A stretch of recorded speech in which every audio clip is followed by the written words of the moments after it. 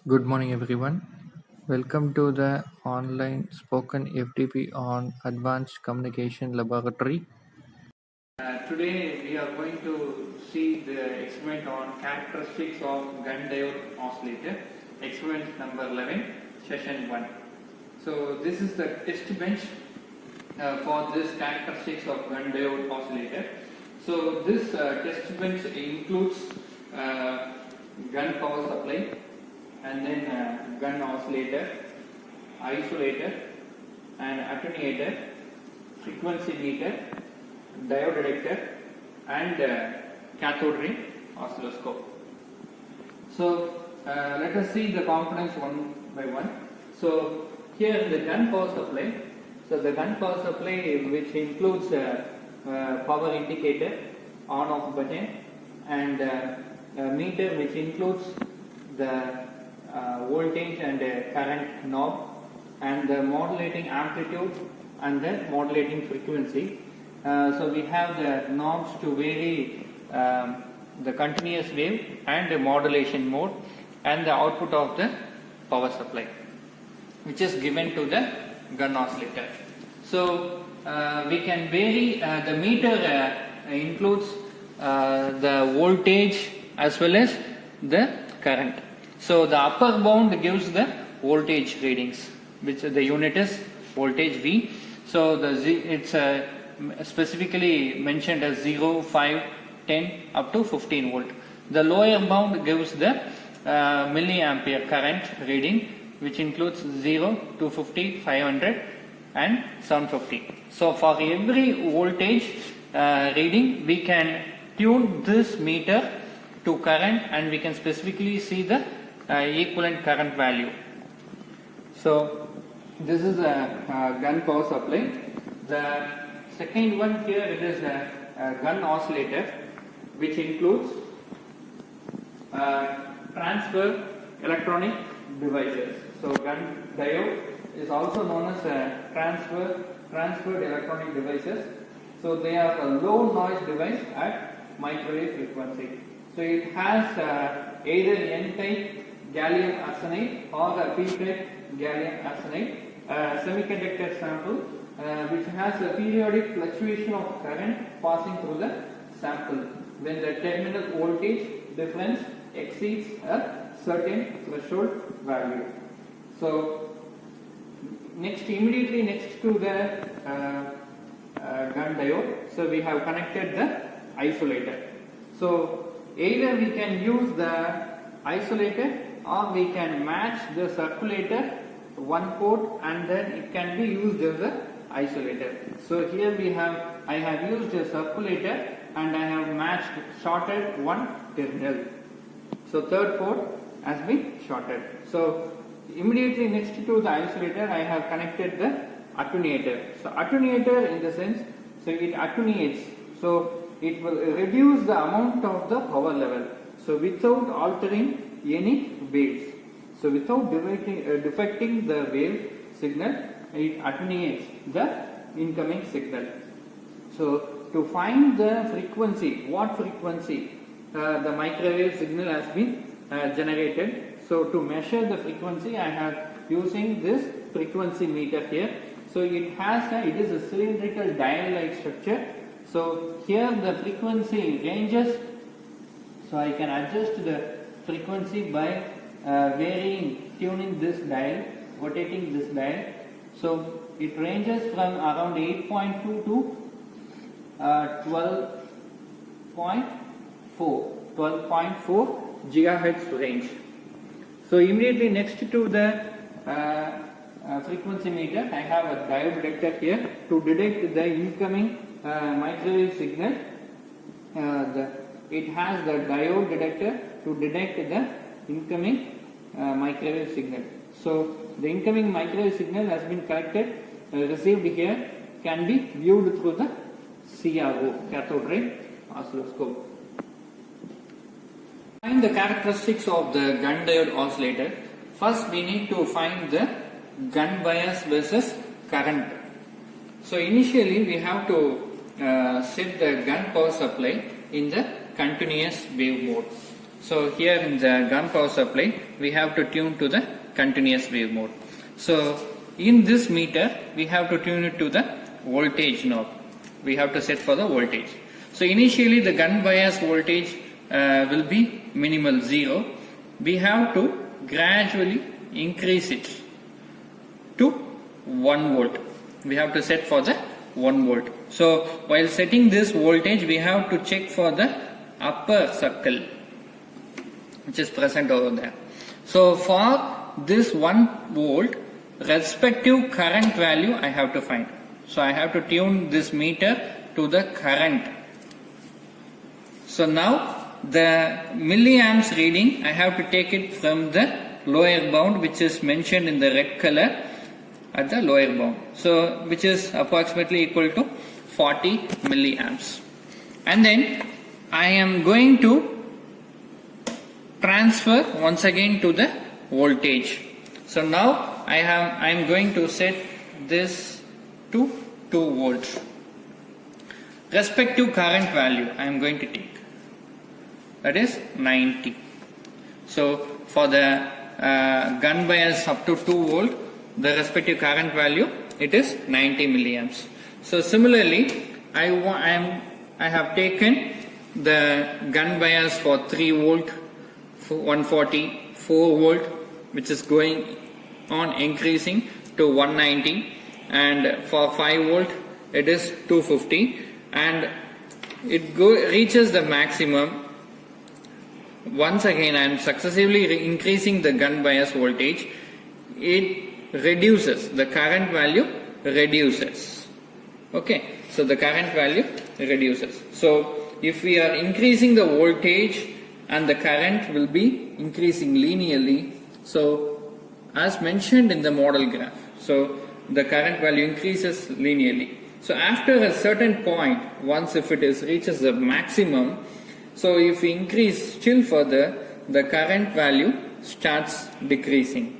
So this starts the decreasing. So this is the peak voltage which is mentioned. The peak voltage has been attained at 5 volt of gun bias. So this peak voltage is called as a threshold voltage, VTH.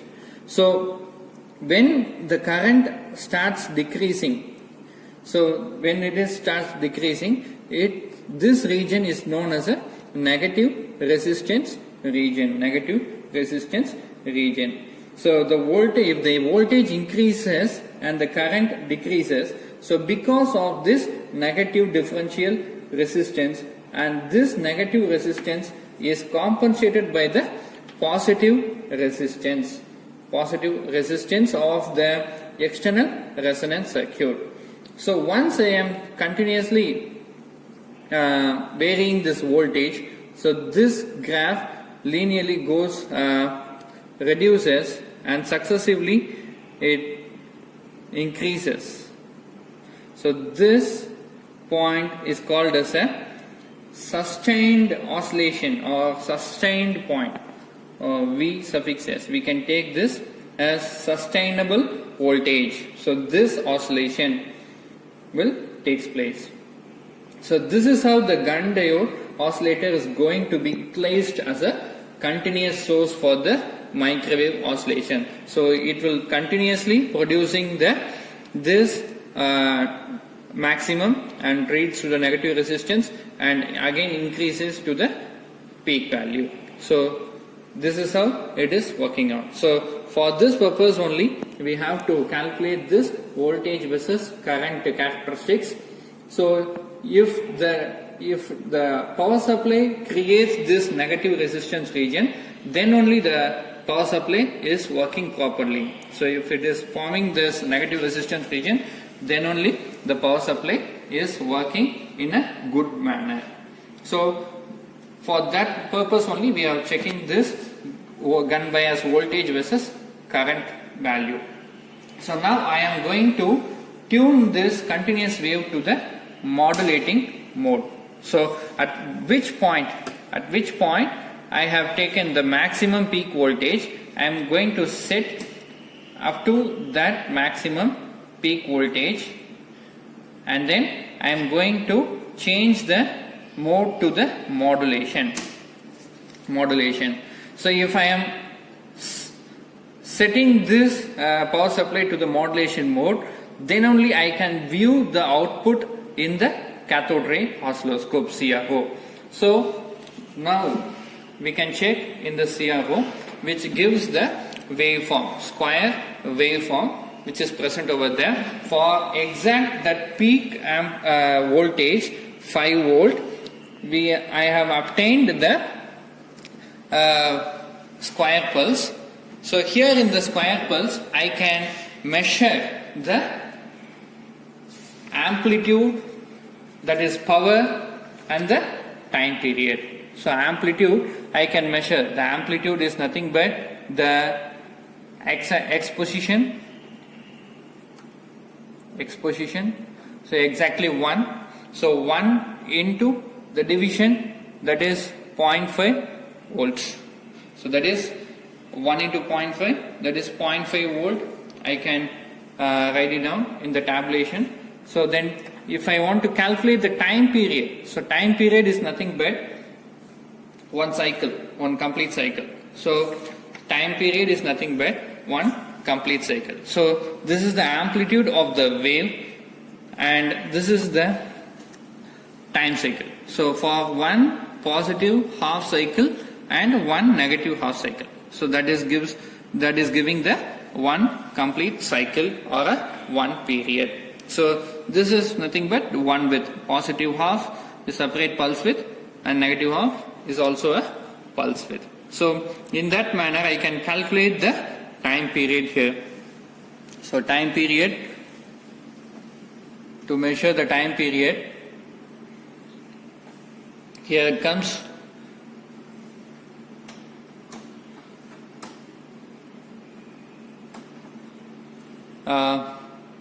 This one positive,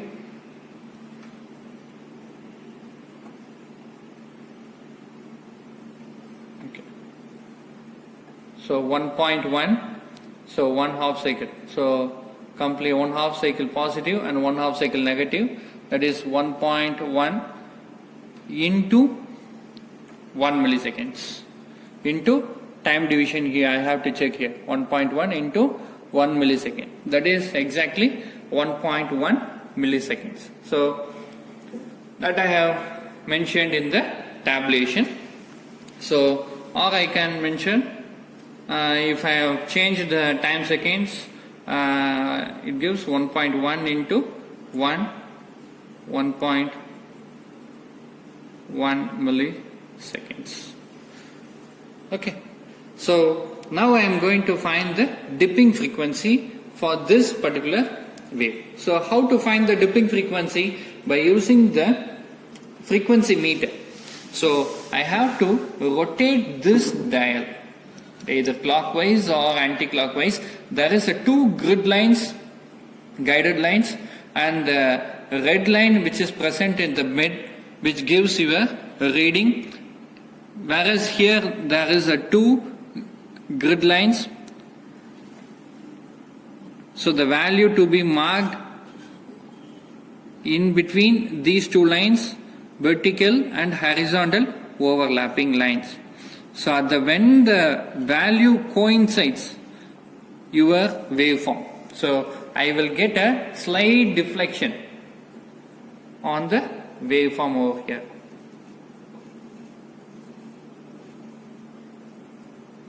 So slightly rotating.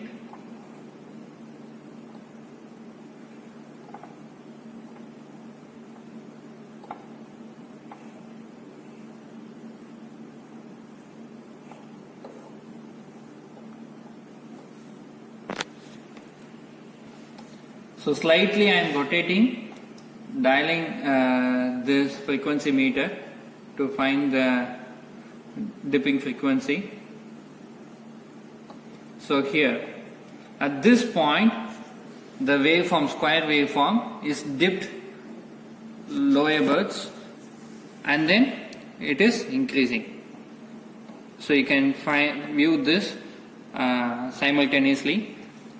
So at this moment it is dipping for a particular frequency and then it is retaining its original position. So this point is the dipping frequency. So it is exactly 11.3 gigahertz. So you have to take the value at the mid of these two horizontal lines and vertical line which is coinciding these two values. So that is 11.3. So 11.3 gigahertz.